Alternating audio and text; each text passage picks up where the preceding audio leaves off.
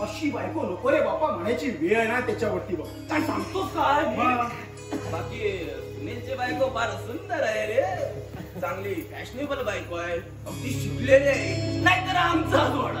अरे माझी राणी दिसायला साधी, नऊवारीचं पांघरून घेणारी, अरे शिक्षणाच्या नावाने सगळी बोंबाबोंब, पण या नवऱ्याला मात्र शिकवते का त्या मास्तरनी सारखी.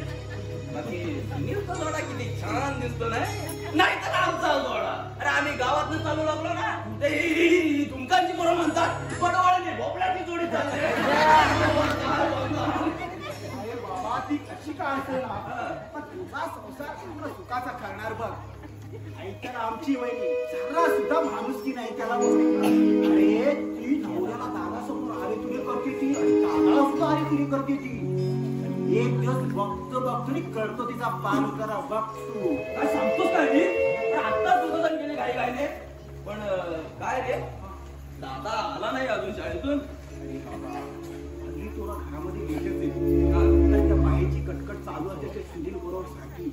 ते ऐकण्यापेक्षा बाहेर जाऊन बरं तर नाकोकडे जाऊन बघतो. मग सुनील काहीच बोलत नाही तिला. अरे बाबा ती त्याला बोलायला देईल तेव्हा ना. अरे तिनं त्याला बनवला हातातील खेळ ना, तो काय बोलणार. आणि तिने तर आता त्याला सांगितले स्वतंत्र संसार कर म्हणून.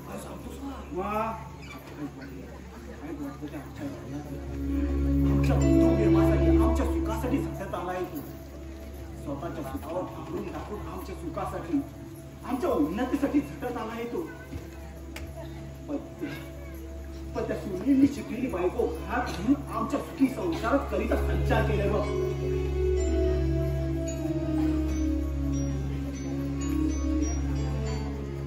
बजरंगा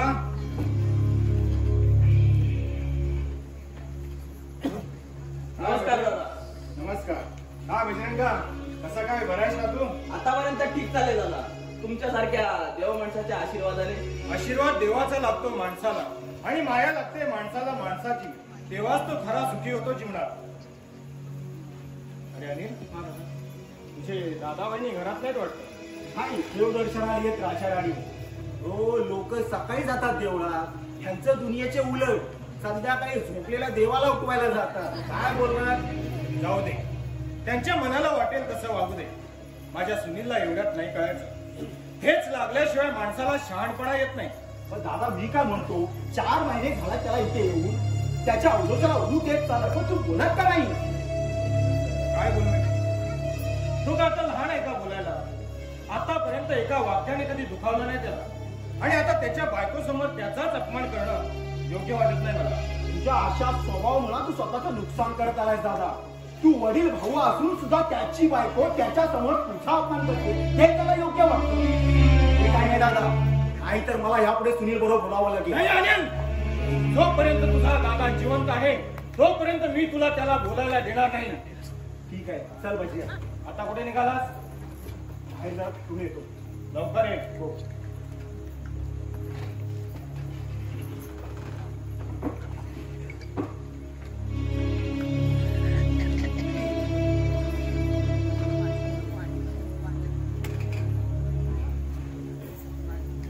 काय होणार या घराचं, या संसाराचं? आई वडिलांनी सांभाळायला वास्तूची शिकले तर होणार नाहीत ना.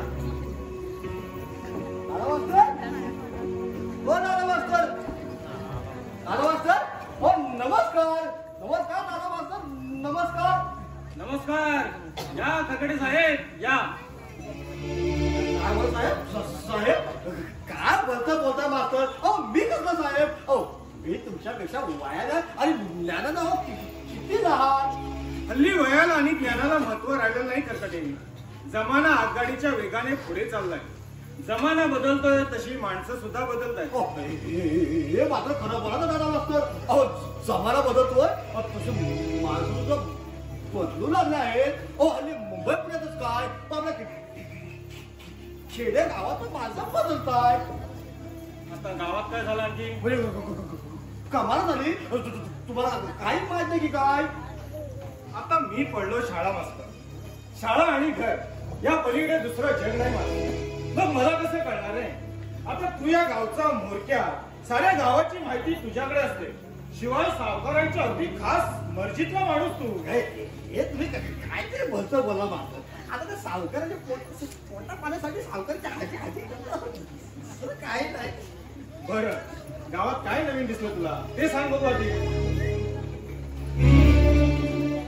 वाजतोय हो तो आपल्या यशा सावकाचा पोत संजा हो काल त्यानं दारू पिऊन घातला किंवा घरात बोलतो आता त्या राणीचं वय काय आहे पितो तो किती काल तर मध्ये भरपूर पिवाला घरी आणि आपल्या यशाने हो त्याला शिव्या देतात या पोरानं आईला आणि बापाला अहो दाडक्यात झोडपून काढलं अगदी बेसिक होईपर्यंत आता मला अहो गावात कुणाचा म्हणून कुणाला वेळ नाही असं काही दिवसात होते तर नव्हतं होणार दादा मात्र अहो दुसरं काही नाही हा दोष त्यांचा नाही त्यांच्या आई वडिलांचा पोरांचे असे फाजील लाड केले ना ती अशी फजित होते आई बापाची दादा मास्तर अहो तशी ती नाना पाटील तुम्ही अहो ती गेली गो बाबू साहेबांच्या बरोबर पळून काय जमाना आला हो पूर्वी आई वडिलांनी जमवायची पण ह्या हल्लीच्या पोरी ताट मारेल सरळ पळून टाका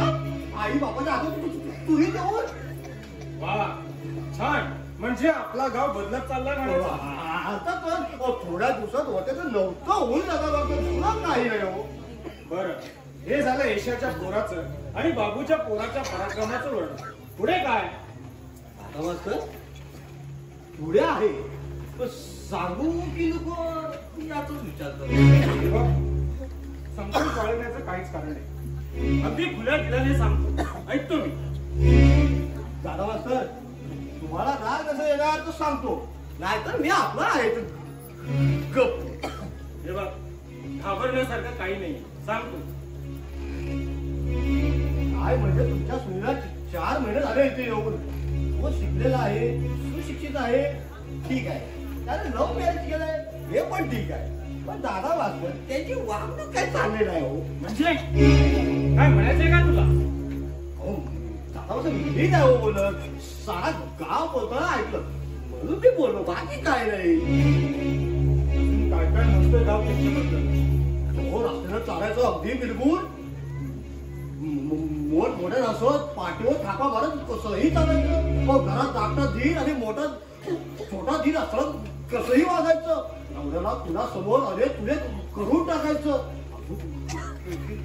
काय काय सांगू तुझ्या भावनेबद्दल अहो लोक म्हणतात सुद्धा राष्ट्रीय पुरस्कार मिळवलेले दादा मास्टरच्या घरचा आणि हात आदर्श घ्यायचा का असं मी नाही हो लोक म्हणतात ऐकलं आणि तुम्हाला सांगायला आलं होतं दादा मास्टर यात मला चुकलं तर नाही ना दादा मास्टर यात तुझं काय चुकलं जसं दिसतंय तसं ऐकू येतंय म्हणून तसं लोक बोलतायत चूक चुकणाऱ्यांची असते दाखवणाऱ्यांची कधीच नसते दादा मास्तर अहो हा ही चूक नाही हा खिळा आहे खिळा जेव्हा वेळीच आला घाला नाहीतर विनाकारण तुमच्यासारखे शिक्षक आहेत पुढे मी बोलत नाही आणि मला ते शोभणार सुद्धा नाही आतापर्यंत एक इज्जतदार माणूस म्हणून मी जगलो पण यापुढे काय होणार आहे ते त्या परमेश्वरालाच सांगतो दादा मास्तर मला मी येतो अहो काल प्रतापराव आले मुंबईवरून तेव्हा त्यांच्याकडे जाऊन येतो गावाची नवीन जुनी गोष्ट त्याला सांगितले पाहिजे हो त्याशिवाय त्याला कळणार कसं दादा दादा तुझ्या फायद्यासाठी सांगितलं बाकी काय आहे दादा मास्तर मी येतो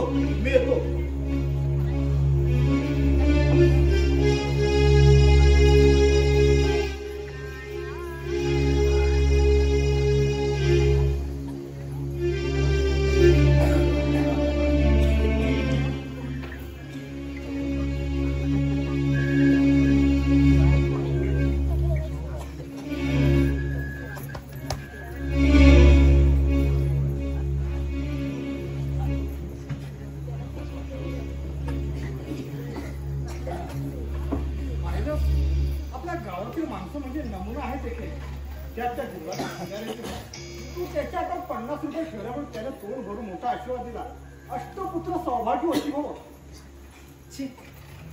अगदी कशाला एवढी पोरं आपण दोन आपला एक कशी वाटली माझी कल्पना रे कल्पना खूप छान आहे पण पुढे काय ते असं दादाच्या जीवावर किती दिवस जगायचं खरं म्हणजे दादा समोर उभं राहायला सुद्धा शरम वाटते मला. आणि मी म्हणते असं संकोच बाळगण्याचं कारणच काय घर वडील पाहिजेत इस्टेट वडिलांची मग त्या तुझा वाटा तुझा अधिकार नाही का हे सगळं खरं ग पण दादाला माझ्या शिक्षणासाठी बरंच कर्ज झालंय का तुम्ही शिक्षण अर्ध्यावर सोडून तुझ्याकडून इथं आलोय दादा स्पष्ट बोला नाही तर आपण समजायला पाहिजे तुझा स्वभाव भित्र आहे बघ असं त्यांना घाबरून चालणार नाही. जास्त बोलले ना तर सरळ घरच्या इस्टेटच्या 3 भाग समान भाग करा म्हणावं. आमची आम्हाला द्या, आम्ही राहू वेगळे. मग त्यांची बोलणी पण ऐकायला नको आणि नुसती खायकडी पण उचलायला नको. वेगळा स्वतंत्र संसार नाही स्वाती, आमचा दादाला संमती दिला नाही. अरे पण विषय तरी काढून तू बघ, पाहूया काय म्हणतात ते. दादाला हिला काय वाटते? काही सुद्धा वाटणार नाही आणि वाटलंच ना तर 2 दिवस रडतील रडत आणि होतील शांत. अगं असं कसं म्हणतो स्वाती तू? शेवटी भाऊ आहेत ते माझे. अहो भाऊ काही जन्माला पुरत नाही कोणाच्या. तुमचं सगळं आयुष्य माझ्याबरोबर जाणार आहे पुढचं. दादा समोर बोलण्याची हिंमतच होत नाही. बोलल्याशिवाय त्यांना वाचा फुटणार नाही. नाहीतर तू राहा इथे डोळे मिटून आणि तुझी दादासाहेब सगळी इस्टेट ते अनिलच्या नावावर करून मोकळे होती. मग तू रडत कस इथे माझ्यासोबत. तेव्हा सांगते काय हिमतीने पुढे चल आणि सांगून मोकळा हो की आम्हाला वेगळं व्हायचंय. पुढे काय सांगायचं ना ते मी सांगतेस त्यांना. दारात चपला दिसताय म्हणजे माझ्यावर बरोबर ना. पण आताच काय झाली एवढी? कोणतीही गोष्ट वेळेवर झाली बाई. उशीर झाला ना की होतो मग सत्यानाश. तू सांगतोय ते सांगतो दादा, नाहीतर आज ना उद्या सांगावं सांगणार आहे का? आता कसं बोललास, आता कसं वळणावर आलास. असं थोडं डोकं जागेवर ठेवून कोणताही निर्णय घ्यावा माणसाने. बोलव तुझ्या निस्वार्थी प्रेमाळ मायाळ भाऊ राहिला. आता बोलून तोड केला तू स्वतः. हा करायचे दादाला. हो हो मारतो मी, तू ओरडू नको.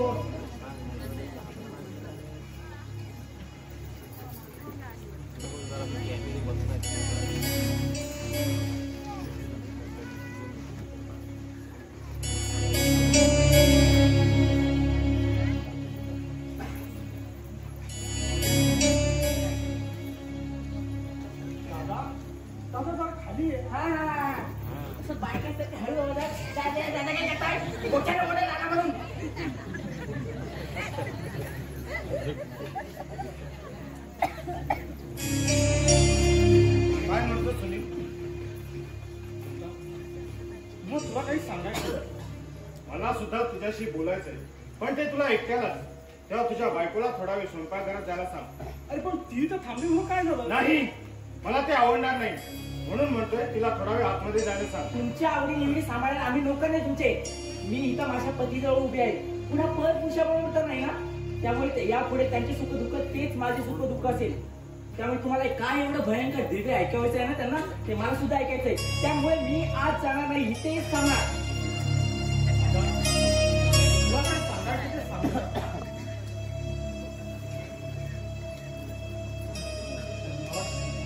मग मला जे बोलायचे तुम्ही बोलू. मनात दुःख दाखवून आले तर ओक्साबोक्षी रडून अश्रूंच्या मदतीने दुःख धुवून टाकण्याची मुभा निसर्गाने पुरुषाला दिली नाही.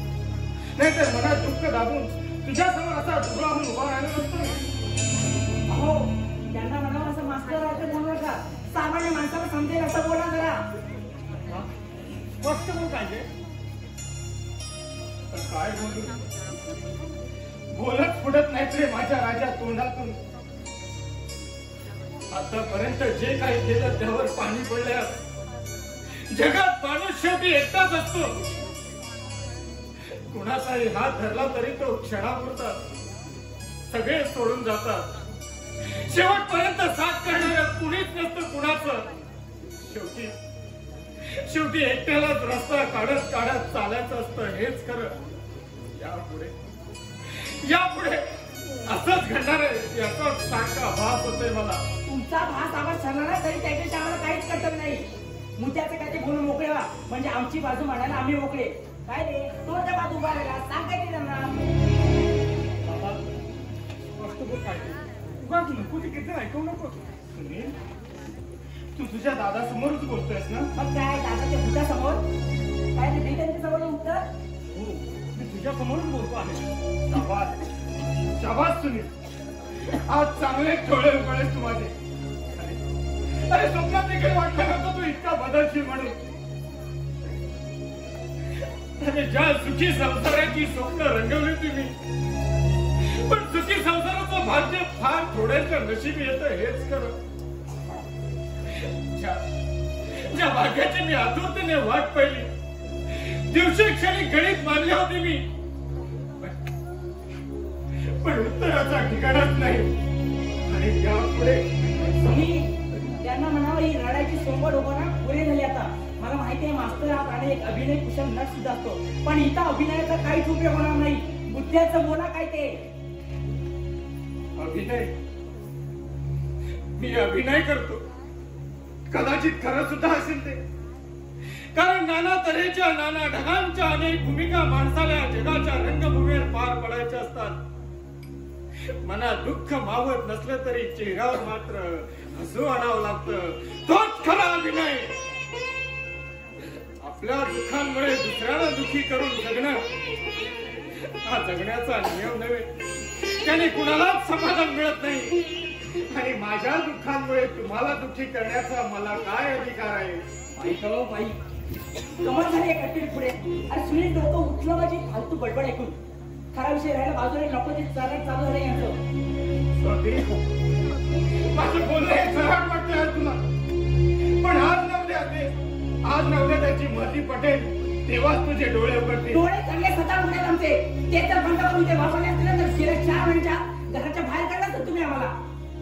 अगं घराच्या बाहेरच काढायचं असतं ते ज्या दिवशी तुम्ही या घरात प्रवेश केलात ना, त्याच दिवशी तुम्हाला या घराचा दरवाजा कायमचा बंद केला असता. पण तेवढा कृतज्ञ नाही का मी? त्याच्या हात ते चांगलंच कळलंय मला. पोटात एक आणि पोटात एक कसं तुम्ही वरून सासूपाराचा बाबूल गोड आतून स्वार्थीपणा भरलाय तुमच्या मनात. हे एवढं न कळण्याची दूध थोडी नाही मी. ती बायको बोलते ते पटते ना तुला? अर्थातच बरोबर बोलते ती. जास्त चुकलं तुझं. आता काय बोलू मी? मला काहीच बोलायचं नाही. पण मला आता तुझ्यावर बोलायचं आहे. बोल तू, ऐकतो मी. मला स्वतंत्र संसार फाटायचा आहे. तेव्हा पंचासमोर या घराचे, आपल्या इस्टेटचे आणि आईचे दागिन्याचे 30 समान भाग करून पैसा मला देऊन टाक. तुझ्या आणि आईच्या बाहेर मला वाटून राहायचं नाही आपले. नाही रे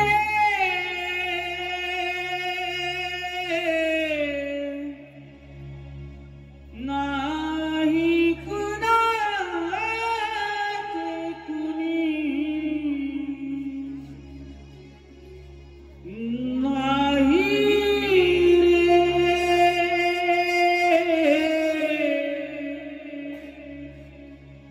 नाही कुणाचे कुणी बहीण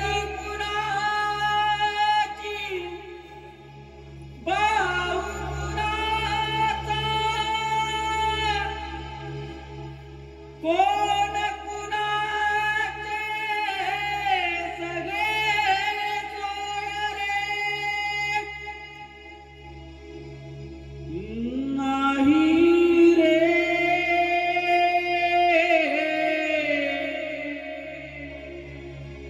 नाही कुणाचे कुणी.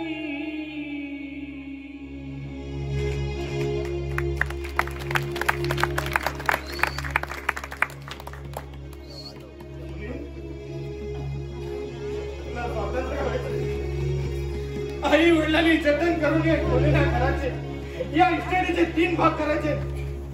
ठीक आहे, लवकरच तुझी इच्छा पूर्ण होईल. येत्या 8 दिवसात हो, तू वेगळा हो. सुनील, तू आमच्या माहेच्या भोऱ्यात अडकून राहू नको. वेगळा राहा. माझा अधिकार नाही राहिला रे तुला आशीर्वाद द्यायचा. पण शेवटी एकच सांगतो, लवकरच तुझी इच्छा पूर्ण होईल आणि तू कायमचा सुखी राहावं, हीच माझी अंतिम इच्छा असते.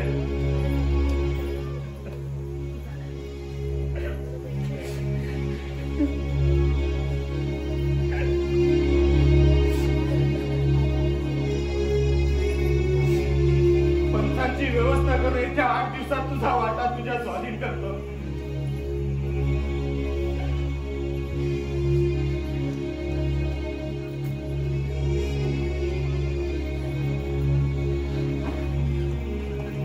शाबास सुनील, यालाच मदत करा करू नवरोबा.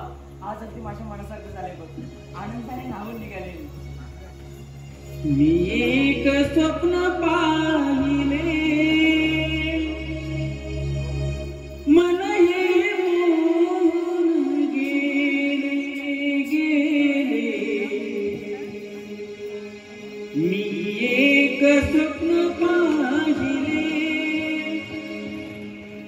मन हे मोहून गेले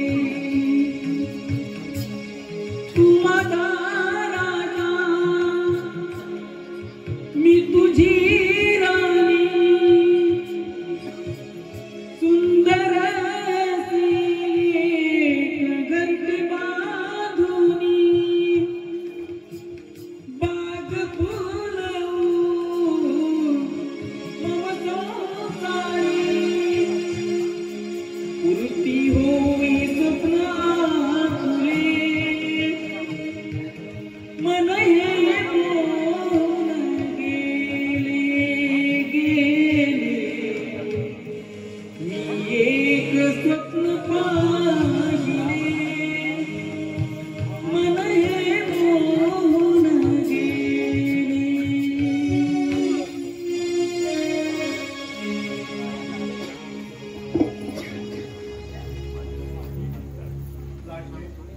तुझ्या मनासारखं झालं ना मग तर झालं. यापुढे तुझं समाधान हेच माझं सुख असेल. तू नेहमी अशी सुखी असावी तुझ्या इच्छाही मांडते. बरं तू स्वयंपाकाला लाग. तोपर्यंत मी बाहेर जाऊन येतो. पण लवकर या तू करत नसतस ना की घरात दूध बनवत वाटतं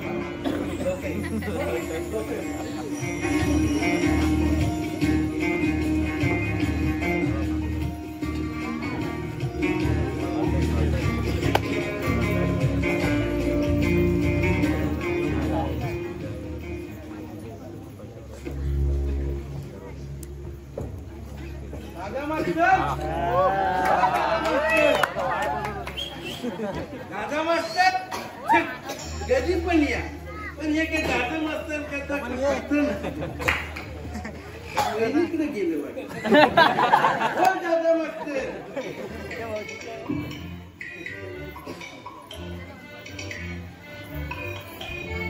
कशाला पकडते दुसऱ्यांच्या घरात त्याला हळू बोलता येत नाही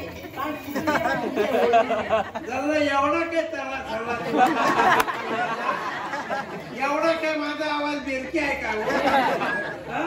कशाला आले तिथं इथं? दादा मास्तरांना भेटायला घरी नाही वाटत होय मग ते आल्यानंतर या हा? थांबायला आलाय कोण एक ना एक दिवस सर्व जाणार नाही हा पण दादा मास्तरांच्या माणुसकीचा विचार करता त्यांना काय भावजाई चांगली भेटली नाही सरळ बोलायचं असेल तर थांबा इथं चालत्या इथून माशी माणूस तुम्ही बाळगण्याला तुम्हाला काय दिकार हे बायो अशी ताक होऊन बोलू नको अगं माझ्या वयाचा तरी विचार कर आपली उचलली जीभ लावली टाळ्याला मला दमदडी येता मला दमदडी येता कोण समजता तुम्ही स्वतःला तुझ्या आईची जर 12 लुगडीनी सदा उघडी सांगून ठेवते स्वातीची गाठ आहे आला ध्यानात घे पण ही शोधी कोण स्वाती माझं नाव जर हल्लीच्या पिढीची नावं तिची तर बरोबर तोंडात बसतच नाही साधी काय तिसका काय कादंबरी काय आमच्या टायमाची नावं कशी एकदम सोपी अण्णा रामू राणा ताना बारक्या संतू आपली आहे आईची वापरली तशी नावं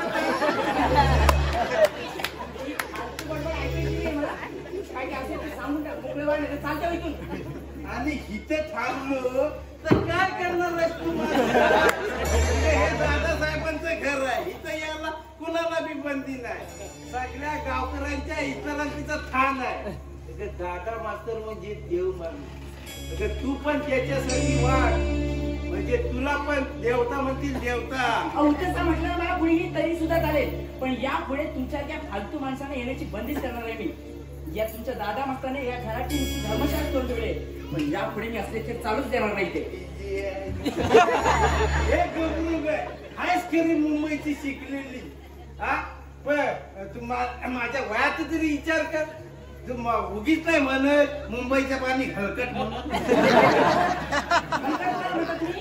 येणे काय खुली तू मी कशाला काय बोललो मुंबईचं पाणी हलकट काय बाकी बोललो भाषण न समजायला पिछाची गावंडा समजा का मला तुम्ही मुंबईची शिकलेली सुशिक्षित मुलगी आहे मी हॉस्टेलला मला सांगते दिव्याला राहते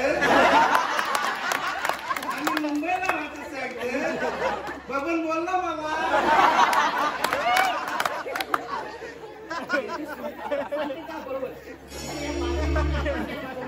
चांगलं सांगा चांगलं चटणी मीठ लावून सांग अगं सुनील मला तिच्या लहानपणापासून ओळखतो आता झाला असेल मोठा कितीतरी वक्ताला ह्या माझ्या पॅन्टीला शेंबूड पुसलाय आणि काल आली त्याची राणी तू माझं नाव त्याला सांगणार अगं बारक्या मामाचं नाव ऐकल्यावर सर्व गावातल्यांची हवा टाईट होती तुम्ही बघा चालता इथून काय ते निरोप असेल ते सांगा नाही तर खरंच चालते होती तुझ्याजवळ काय सांगू कप्पल 4 शब्दात काय ते ओळखलं चांगला संसार करतील वाटून करून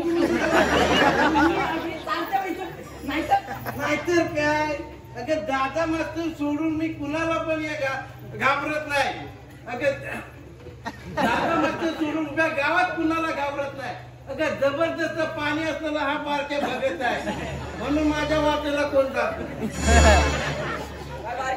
आला रांडेची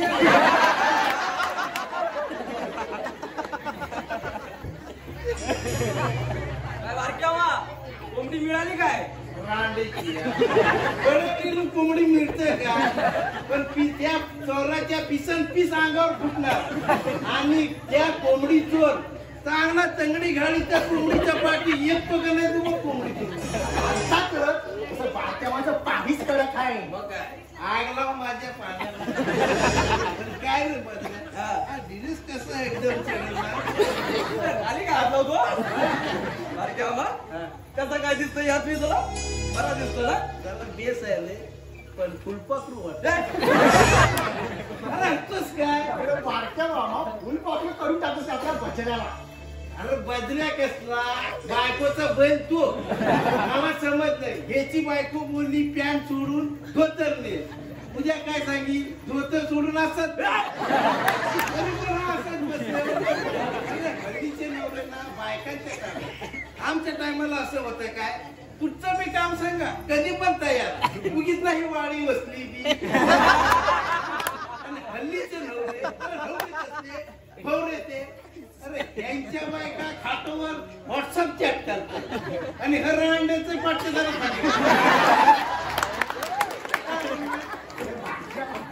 काय म्हणतो तुझ्या बायका काय सांगतो तुला माहिती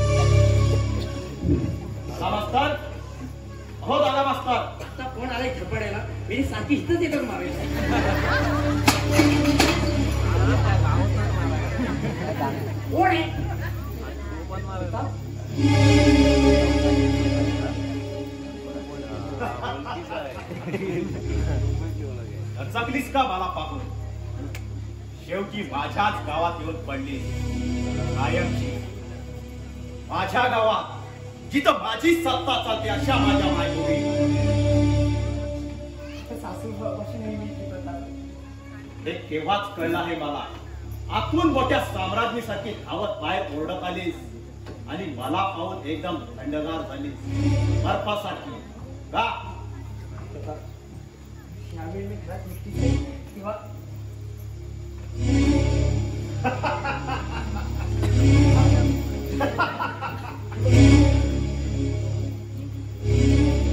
घाबरू नकोस. मी तुझ्यावर बलात्कार करणार नाही. तशी खाण्याची सवय सुद्धा नाही मला. शिष्टाचारात शोभेल असं बोलतो प्रताप. शिष्टाचाराने तुझ्याबरोबर मी मुंबईत प्रामाणिक वागलो, पण तू माझ्याबरोबर लुटून लुटून माझाच बकरा बनून माझ्यापेक्षा सुंदर दिसणाऱ्या माझ्याच मित्राबरोबर तू प्रेम विवाह करून इथं आलीस. झाल्या गोष्टी आठवण्यात काहीच अर्थ नसतो प्रताप. हे खरं आहे घर, पण आठवणी काळी चालतात त्याचं काय? तू केलं होतंस माझ्यावर मतलबी प्रेम, पण मी मात्र खुल्या दिनाने प्रेम केलं होतं तुझ्यावर. म्हणूनच तुला काही वाटत नसेल त्याबद्दल, पण माझ्या हृदयात जखमा होतात फसवणुकीच्या. त्या फसवणाऱ्याला नाही कळत. अगं कळतात तर माझ्यासारखे फसतात ना त्याला. मग त्यापुढे काय करायचं ठरवलंस तू? सूड घेणारस का माझा? छी छी. अगं सूड घेऊन कोणाचा एवढा फलस आला आहे? ज्याच्या त्याच्या रक्ताने त्याचा पाप होतो. पश्चातापाने मारणाऱ्यालाही पाण्यात मौत असते. पाप पदरी पडतं. आणि म्हणूनच तुझ्यावर मी सूड उगवणार नाही. आणि तुझ्यासारख्या फालतू बाईला मी असं करणारच नाही. हे बघ, हेच सांगायला आला होतास ना? ऐकलंय मी. जा आता तू. शिष्टाचार म्हणून जाईल मी इथून, पण तुला माहित नसेल तर एक गोष्ट सांगतो. हे तुझं घर, ही तुझी 4 भिंतीची सासूवाडी खाण ठेवले तुझ्या धीराने. हा, पण त्यात त्या बिचाऱ्याचा काही दोष नाही. कारण तुझ्या नवऱ्याच्या शिक्षणासाठी हे कर्ज काढलं होतं, सुनीलसाठी. पण दादा मास्तरांच्या धडपडीवर पाणी पडलंय आता. कारण शिक्षण अपूर्ण ठेवून तुझ्यासारख्या रूप गर्वितेबरोबर लग्न करून सुनील इथे आलाय माझ्याकडे खाण असलेल्या घरात. काय झालं हे ऐकून अजूनच थंडगार पडलीस?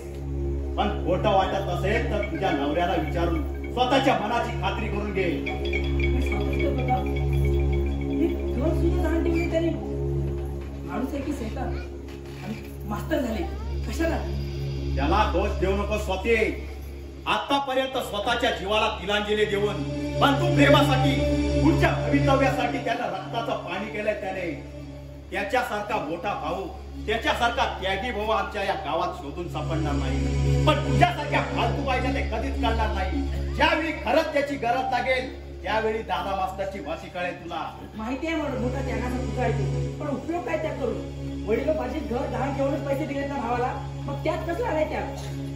या अगं खरंच त्यागी आहे तो. त्याच्यासारखा मोठा भाऊ मला लाभला असता तर खूप नशीबवान ठरलो असतो मी. जाऊ दे, नशिबाच्या फेरे कोणाला चुकत नाही. आणि तुझ्यासारख्या दीड दमडीच्या फालतू बाईला त्या देव माणसाचा महिला कधीच करणार नाही. ऐकलंय मी. जा आता तू. आप होते कशाला? मला काहीतरी सांगायचं आहे. आता काय सांगायचं बाकी? हेच सांगायला आलो होते. काहीतरी सांग आणि लवकर लवकर ऐक. सुनीलच्या प्रेमात तू पडण्यापूर्वी तुझं माझ्यावर प्रेम होतं. अर्थात ते मतलबी होतं हे फार उशिरा कळलं मला. मी मात्र खुल्या दिलाने प्रेम केलं होतं तुझ्यावर. ही रेकॉर्ड ऐकायची सवय नाही मला. प्रस्तावना म्हणून सांगितली त्यावेळी तू 2 वर्ष प्रेमाचं नाटक करून फिरलीस तू माझ्या बरोबर. हॉटेल, साड्या, दो पावडर, आत्ताचा खर्च तर देतो मी माझ्या मूर्खपणाच्या दक्कल खात्यात. पण रोख रक्कम 25,000 दिले होते तुला मी. तुझ्या वडिलांनी तुला दिलेली कॉलेजची फी तू खाल्लीस म्हणून. तेव्हा ते 25,000 गुपचूप मला आणून दे, म्हणजे आपल्या पूर्व प्रेमाची छळछाळ होणार नाही आणि तू चढवलेल्या वेगळी प्रतिव्रत्याला सुद्धा कलंक लागणार नाही. हे पैसे मी सूडबुद्धी म्हणून मुळीच मागत नाही. मागतोय तर तुझा एक देणेकरी झालोय म्हणून. पुन्हा महिन्याने येईल, तोपर्यंत असाच विचार करत बस. Good bye.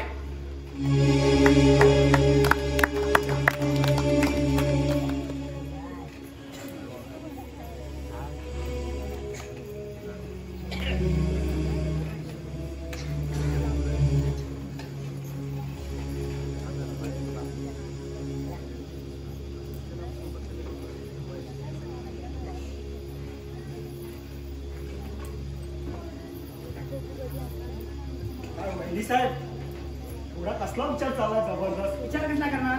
नशीब कुठं म्हणून रडत बसले इथं. नाही म्हणायची नशिबी काय पिठाची वस्तू आहे आणि तुमच्यासारख्या बाईला रडायची वेळ म्हणजे आश्चर्यच हो. तुमच्यासारख्या बाईला रडणं म्हणजे हे जगाचे हाटे काढत चालणार कसं? करतात बरे तुम्ही. आता मी म्हणजे या घरात मग अडगळत झाले.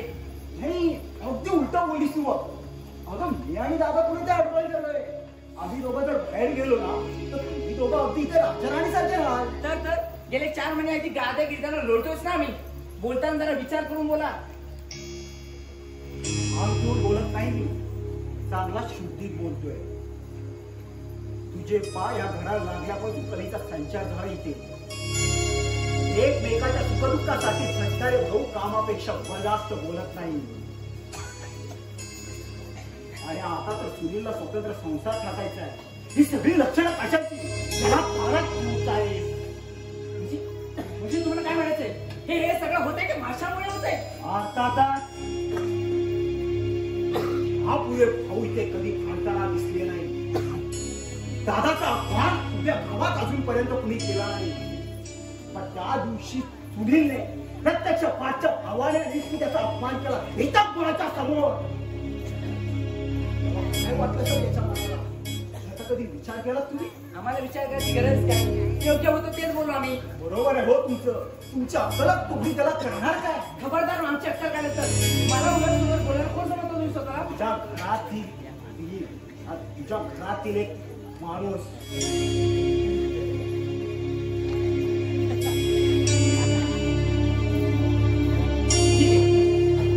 येऊ दे सुनील. तर सांगतेच बरोबर काय ते एकदाच सोक्षमोक्ष करून सांग अगदी राजभरात वर्णन करून सांग. तिखट मीठ लावून सांग. मी नाही घाबरत त्याला. मोठा भाऊ म्हणून त्याचा आतापर्यंत खूप मान ठेवला. त्याचा सुद्धा अपमान केल्याशिवाय त्याचे डोळे उघडणार नाही. सांगतेच बरोबर आल्याबरोबर त्याला माझी तरी दुसरीकडे सोय करून नाहीतर या दोघांची तरी इथून उचल मागणी करून. आमची उचल बांगडी करायला हे तुझ्या बापाचा नाही आणि सुनीलच्या सुद्धा एकट्या बापाचा नाही, आमच्या सुद्धा बापाचा आहे.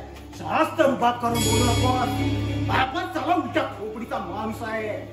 खोपडी सटकली ना तर तुझा बोट बाहेर फेकून द्या. माझ्या बोट्याचा सुद्धा विचार करणार नाही. हरकत नाही. दादा माझ्यावरती रागवला तरी आता शांतीचा चांगल्याची वेळ आहे. तुझी पिढ्या कायमचे पायशी काढून या घरातून. जास्त दिवस लागला नाही व्हायचा. अचानक दिवागिरी गेली. दुसरी वैदी तरी चांगली भेटेल. आईच्या बाहेर तिची पण आई कसे कैदाची नाही कैदाचे.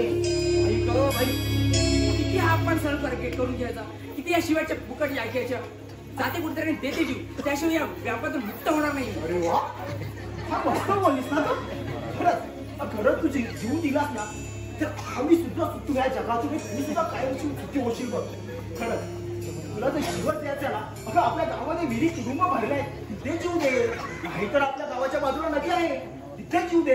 जर तुला तिथे जर कमीपणा वाटत असेल ना तर घरामध्ये घासलेट भरून ठेवलेलं आहे ते घ्या अंगावरती होतो. आणि नाव माचीस जर माचीस पाहिजे असेल ना तर मी आणून देतो. अशी काढली माचीस अशी लावली काढली. काय करता तुम्ही तर माझ्या जीवावर तर आता जीव द्या आणून झाली ना म्हणून म्हटलं थोडं दिलाचं कर्तव्य म्हणून थोडी मदत करावी. पाहिलं ना तुम्ही या जगात. अगं एकूण काय तुझा बाहेर देह भेटला बघ. बहिणी साहेब माणसाबरोबर कसं वागायला पाहिजे त्याच्यात कसं वागल्याशिवाय निभाव लागत नाही. तुमच्या बरोबर कसं वागायला पाहिजे हे 4 महिन्यात तुमच्या वागणुकीने चांगलाच शिकलोय मी.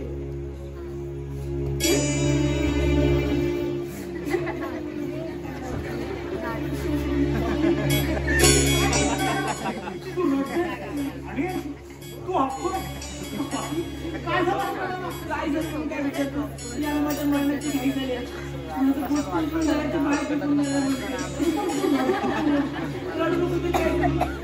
माझ्यामुळे करीचा संचार झाला इथे म्हणाला तू. अरे आणि काय म्हणते स्वाती? अरे मीरा ते तरी तर खरं बोलली. म्हणजे काय म्हणायचं तुला? ते तुला सुद्धा चांगलं माहिती आहे. स्पष्ट बोल काय ते. तू झालाय तिच्या नादाने वाईट बुद्धीचा. तुला तिची चूक दिसणार नाही.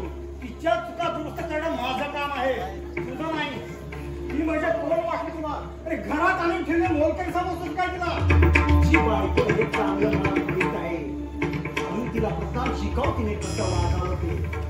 माणसासाठी दिसते म्हणून माणूस म्हणावं, नाहीतर तिच्यात आणि पशुत फारसा फरक काय? ऐक ऐक, प्रत्यक्ष तुझ्या कानाने ऐक. मला पशु म्हणण्यापर्यंत मदत गेली याची. आणि यापुढे तुझा अपमान मी सहन करणार नाही. आणि केला तर आपण काय करणार तू माझं? अरे मी तो मोठा भाऊ नसतो का? मला उलट अरे मला उलट तुझ्या गलत थोडी त्याला मी काय करणार? जास्त बोलशील दात घशात घाल तुझ्या. एवढे मला सुद्धा हात दिले. हरामखोर, कोण सांगत तुला? शाट सोड, सोने शाट सोड. तुमच्या अंडा. शरम नाही वाटत मोठ्या भावाचा हात उचलताना? शरम असली तर वाटेल ना त्याला. काय झालं सुनील? दादा प्रत्येक वेळी हा माझ्या बायकोचा अपमान करतो. तिच्या मरणा उठलाय हा. याला सांगून ठेव, नाही तर. आलं माझ्या लक्षात. सुनील, तू घाबरू नकोस. यापुढे सर्व तुझ्या इच्छेप्रमाणे होणार आहे. आताच पंचांची व्यवस्था करून आले. उद्या आपल्या घराच्या आणि इस्टेटीच्या समान 3 भाग होणार आहेत. घराच्या वाटण्या करायला घर तुमच्या ताब्यात आहे की गहाण आहे सावकाराकडे? होतं घाण, आताच सोडून आलोय. हे बघा त्याचे कागदपत्र. पण दादा हा निर्णय घ्यावा लागला. अरे आज न उद्या तो आपल्याला घ्यावाच लागणार होता. घरात असे रोज कलह आणि हाणामाऱ्या होण्यापेक्षा निदान या घरात शांतता तरी लाभू दे. दादा मी म्हणतो मी गेलंय ते सगळं फुकट गेलंय. वाया गेलेल्यांसाठी रडत बसून तुमचा भविष्यकाळ अंधारात ठेवायचा नाही मला. मी जे केलंय ते माझं मलाच निस्तरावं लागणार आहे.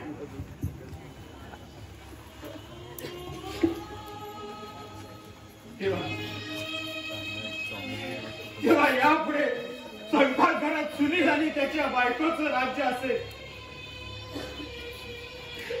वाढीचा भाग मी तुझ्यासाठी राखून ठेवलाय. मी जिवंत असेपर्यंत ही देवाघरची अंधारी खोली बरी आहे मला. त्या अंधारात रडत बसणारा, त्या अंधारात माझं दुःख कुणाला दिसणार नाही. त्या अंधारात माझे हुंके कुणाला ऐकायला येणार नाही. तेव्हा तेव्हा तुम्ही माझे कुणी नाही. मी तुमचा कुणी नाही. जिथे जिथे या घराचे, या इस्टेटीचे 3 भाग झाले, तिथे आपल्या बंधू प्रेमाचे सुद्धा 3 भाग झाले. तुला स्वातंत्र्य व्हायचंय? हो. मी आता तुम्हाला माझ्या मायेच्या पिंजऱ्यात अडकून ठेवणार नाही. अडकून ठेवणार नाही.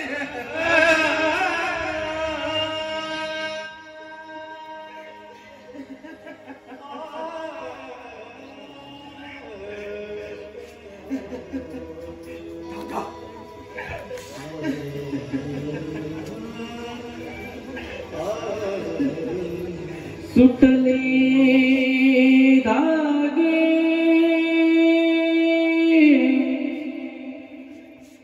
उरले मागे उसावे तुझ्या काळजाचे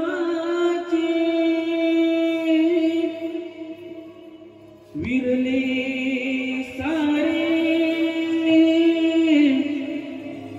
नशिबी आले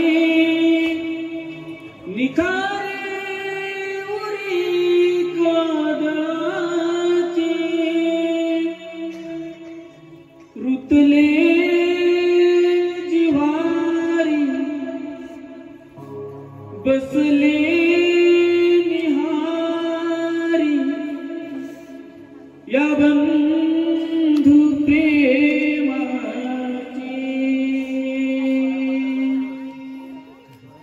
या बंधु प्रेमाची